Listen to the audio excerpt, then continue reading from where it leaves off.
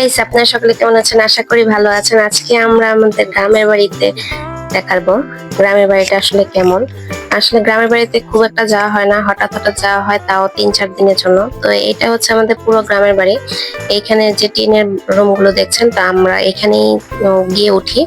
এগুলো অবশ্য যারা রিলেটিভ আছে, মানে আত্মীয় স্বজন যখন বেড়াতে আসে, গেস্টরা যখন আসে, তখন এগুলো ব্যবহার করা হয়।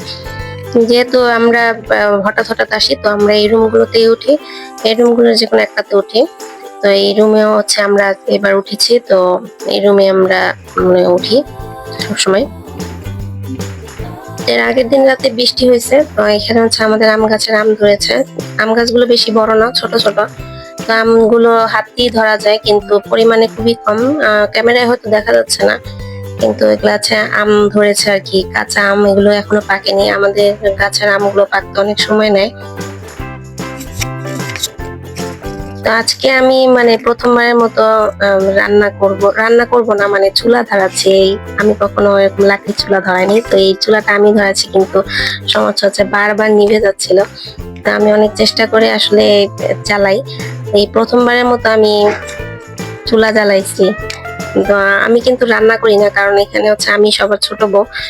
বড় বড় যারা আছে আমার জায়েরা, তারাই হচ্ছে রান্না করে। তো যেহেতু বৃষ্টি হয়েছে, তো চুলা জ্বলতে চাচ্ছিল না, তাই আগে থেকে চুলা জ্বালায় রাখি। তো আমি এখানে শুধুমাত্র হেল্পই করি, হচ্ছে কাটাকাটিতে হেল্প করি। যেহেতু আমরা 4-5 বউ এখানে একসাথে থাকি, তো হচ্ছে আমি শুধু রান্নার কাজে কাটাকাটি করে দেই, আর অন্যরা সবাই রান্না বান্না করে। তো সবাই যে যার কাছে ব্যস্ত। তো আমি হচ্ছে এখানে আমি কাটাকাটি করে দিচ্ছি তরকারি, তো এই তরকারি।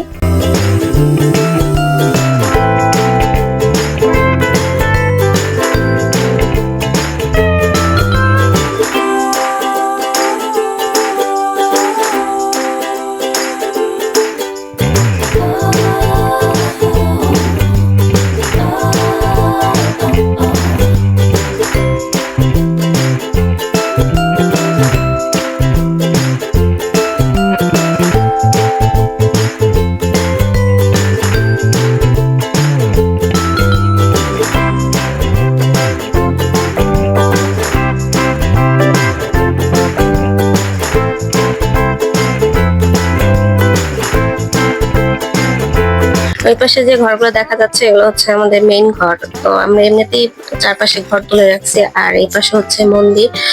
তো এই এর আগের দিন রাতে বৃষ্টি হয়েছে, প্রায় প্রতি রাতে এখানে বৃষ্টি হয়। উষ্ণ তো এখানে খুবই খুশি, কারণ খোলা জায়গা পেয়েছে।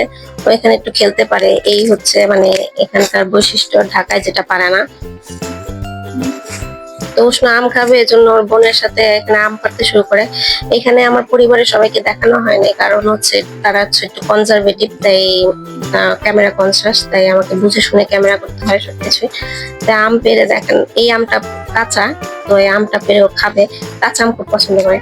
এরপর কিছুদিন গ্রামে থেকে আমরা রওনা দিই ঢাকার উদ্দেশ্যে। এটা হচ্ছে রাত্রের ট্রেনে আমরা রওনা দিয়েছি। তো আমাদের গ্রামের বাড়িটা কেমন লেগেছে অবশ্যই কমেন্ট করে জানান, এবং আমাদের ব্লগগুলো ভালো লাগলে লাইক, শেয়ার, সাবস্ক্রাইব করে অবশ্যই আমাদের সাথে থাকেন।